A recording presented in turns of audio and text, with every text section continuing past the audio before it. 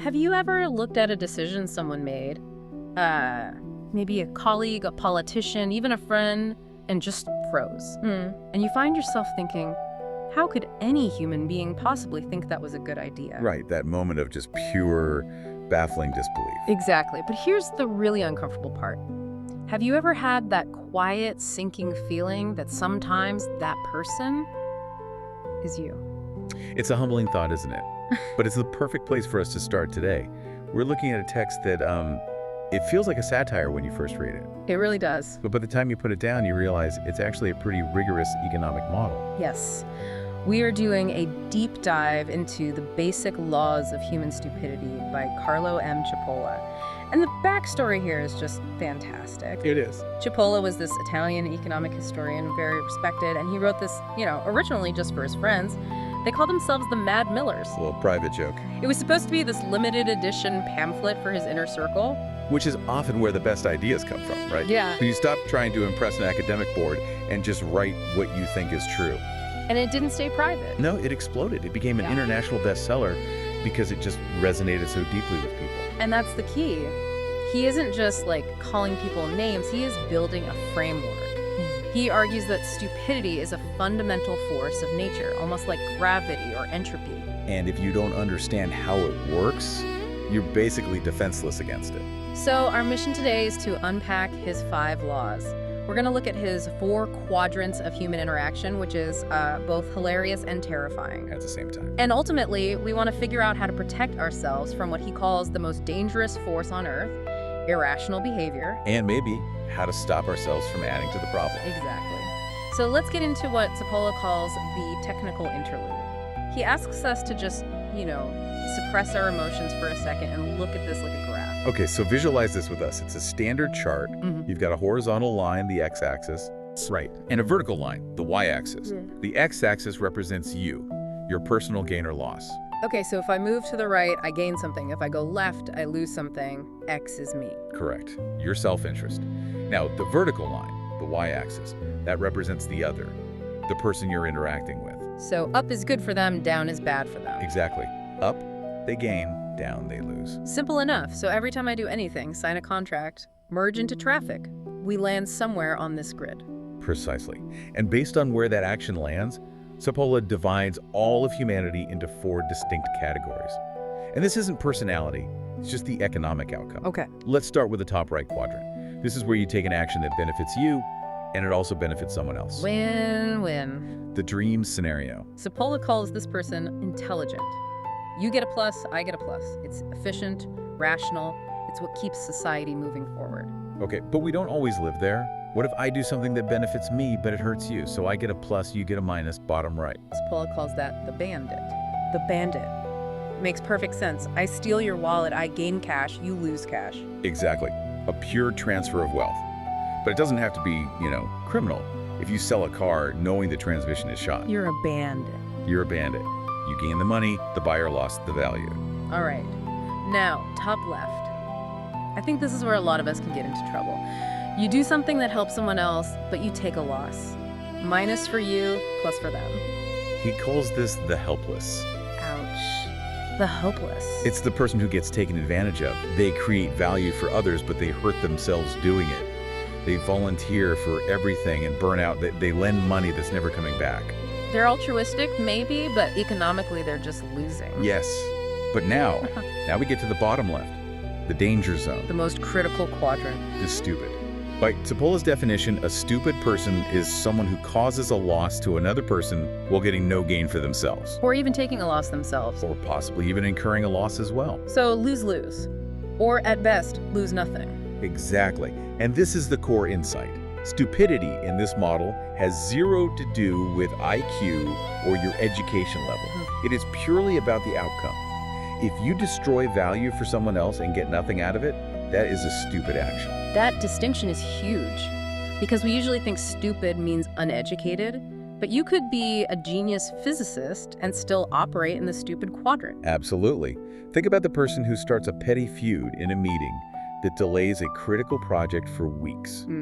They don't get a promotion, they don't get paid more, they just wasted everyone's time, including their own. Yeah. That is pure stupidity by this definition. And that leads us right into his first basic law, which really sets the stage for how careful we have to be. The first law is, always and inevitably, everyone underestimates the number of stupid individuals in circulation. It sounds so cynical, doesn't it? It does, but just think about the implications. How many times have you thought someone was rational and intelligent, only to watch them do something completely inexplicable that hurts everybody? Constantly. It's that moment of shock where you think, wait, I thought you were the expert here. I thought you were smart. And Cipolla says we're shocked because we rely on these external markers, job titles, degrees, nice suits.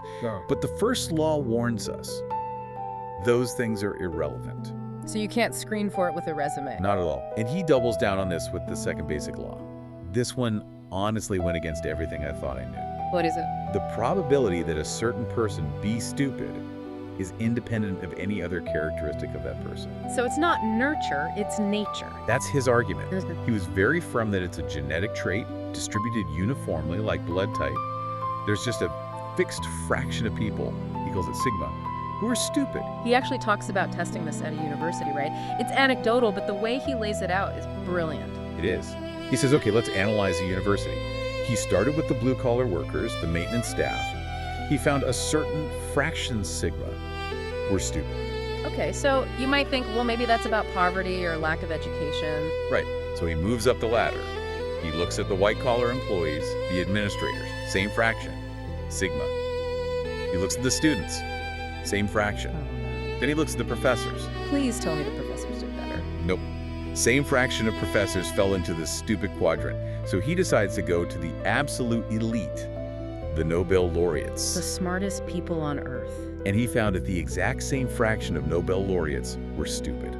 That is just wild. He says stupidity is an indiscriminate privilege. It doesn't matter if you're in a boardroom or a faculty lounge. You're dealing with the same percentage of people who are prone to destroying value for no reason. Which is terrifying because we let our guard down around people we think are smart. We assume a Nobel laureate isn't going to ruin the dinner party. Cipolla says, don't bet on it. We assume authority equals rationality, and he's saying there is zero correlation. And this brings us to the third law, the golden law. We've touched on it, but we have to drill down into why this stupid person is so much worse than the bandit. Right. Because our gut tells us to hate the bandit, the person who rips us off. Of course, why would I ever prefer a bandit? Because a bandit is rational, they follow a logic, they want a plus on their account. They're predictable. They're predictable. If they're not smart enough to create a win-win, they'll just take your win. It's nasty, but it's logical. So if I know you're a bandit, I can build a defense, I can hide my wallet, put up a fence, write a contract with penalties. Exactly. You can even negotiate. You can say, look, take half my money and leave me alone. The bandit might take that deal because it's still a game. With the stupid person. They act without reason, without advantage, without a plan. They might pour sugar in your gas tank and get nothing out of it. There's no motive to trace. You can't say, oh, they did it for the money. None. Cipolla says they will attack at the most improbable times and places. And because it's irrational, you can't organize a rational defense. You can't negotiate with a hurricane. That's it. A rational enemy is a solvable problem. An irrational colleague is a disaster waiting to happen.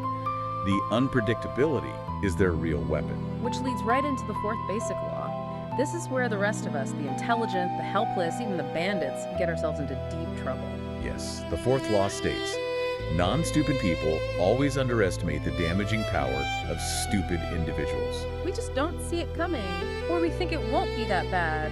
Whatever you think the damage will be, it will be worse. But he points to a specific trap, a fatal mistake intelligent people make. Is this where we try to use them for our own ends? Exactly. We think, okay, this person isn't very bright. Maybe I can manipulate them for my own scheme. We think we can be the puppet master. I feel like every political disaster in history starts with that sentence, I can control him. And Cipolla says this infallibly turns out to be a costly mistake. You can't control them because they don't even know what they're going to do next. You're handing a live grenade to someone who just likes the sound the pin makes. I think another huge part of this is that we confuse stupid with helpless. That is a crucial distinction. We see someone acting irrationally and think, oh, poor thing, they're just clumsy, they're only hurting themselves. That's the helpless quadrant. Right. But a stupid person causes massive losses to others. The helpless person is the victim. The stupid person is the perpetrator. And if you mistake one for the other, you let them into your life, you give them responsibility, and then they burn your house down. So never assume they are just harmless. Check the y-axis. Are they causing you a loss? That's the test. If they're causing you a loss and gaining nothing, stop pitying them. Protect yourself. All right, let's zoom out. We've covered individuals, but Cipolla ends this with a macro analysis. The fifth basic law. The fifth law is simple. A stupid person is the most dangerous type of person. And the corollary. A stupid person is more dangerous than a bandit. And this is where the economic historian in him really comes out. He asks, what makes a society rise or fall? And the answer is not the number of stupid people. Remember, that fraction, sigma, is constant. It never changes. Ancient Rome, modern New York, same percentage. So if the stupid load is always the same, why do some societies collapse? What's the variable? The behavior of the non-stupid people. It depends on how the intelligent, the bandits, and the helpless choose to act. Okay, break that down. What does a declining society look like in his model? In a declining society, first, the stupid members are just allowed to be more active, but more importantly, you see a shift in the other groups. In the leadership, you see a rise of what he calls bandits with overtones of stupidity. Bandits with overtones of stupidity. That is a frighteningly good phrase. It means they're greedy like a bandit, but their greed is so short-sighted they start destroying the very system that feeds them. They're looting the ship while drilling holes in the hull. And what about the rest of the population? You see a massive increase in the number of helpless people. People who just let things happen to them. They don't defend their own interests. So, the stupid fraction runs wild because the leaders are becoming incompetent bandits and the populace is becoming helpless. Precisely. Remember, stupidity creates losses with no gain. It's like a fire. It just burns wealth and well-being. If the intelligent quadrant, the people creating win-wins, isn't strong enough to offset those losses, the whole society goes into freefall. So, in a rising, healthy society, the intelligent people are actively keeping the stupid people contained. Yes, they produce enough collective good to cover the damage caused by the unavoidable percentage of stupid people. They manage the risk. They don't let the irrational actors drive the bus. This feels incredibly relevant. It's not about eliminating stupidity because you can't. It's about containing it. Management, not elimination. So let's pivot this to the practical side. How do we apply this? Cipolla suggests using the graph as a kind of mirror. He does. It's very easy to listen to this and think, oh, I know so many stupid people. My boss is a bandit. The hell is other people defense? Right. But the real challenge is to look at that graph and ask, where was I today? Did I act emotionally and cause a problem that helped nobody? Well, that's the stupid quadrant. Did I let someone walk all over me because I was afraid of conflict? That puts me in the helpless quadrant. Exactly. Self-awareness is the first defense. If you catch yourself acting out of pure ego or emotion, you're probably drifting down into the left. Stop and ask, who gains from this? If the answer is nobody, just stop. So what's the strategy for dealing with others then? If I'm dealing with someone who is truly consistently in that stupid quadrant, what do I do? First, stop trying to rationalize their behavior. We waste so much energy trying to figure out why did they do that. There is no why. It's like asking why it rained on your parade. Radical acceptance. Totally. And once you accept they're an irrational force, you stop giving them opportunities to hurt you. You stop trying to fix them. You build walls, not bridges. Okay, so let's wrap this up. We've gone through the quadrants, the laws, and the scary idea that stupidity is the most dangerous force on Earth. Because it's unpredictable and it just destroys value. So as we finish, what's the one thought you want to leave our listeners with? I think we need to look hard at that helpless quadrant. Cipolla warns that declining societies see a rise in helpless people. It begs the question, are we contributing to the problem by letting others take advantage of us? So being nice or passive isn't always a virtue. Sometimes, by not standing up for a win-win, we are enabling the decay of the entire system. That is a heavy thought. We have a responsibility to be intelligent, to push for that win-win, not just for ourselves, but to keep the whole ship afloat. Absolutely. The world needs more people in that top right quadrant. Well, this has been a fascinating look into a book that is short, funny, and utterly terrifying. If this deep dive challenged your thinking, consider subscribing to The Practical Mind. We're here every week exploring books not to collect information, but to build wisdom. And share this with someone who needs it. Or maybe use it to figure out who not to share it with. Good advice. Remember, understand your mind, change your life. Thanks for listening.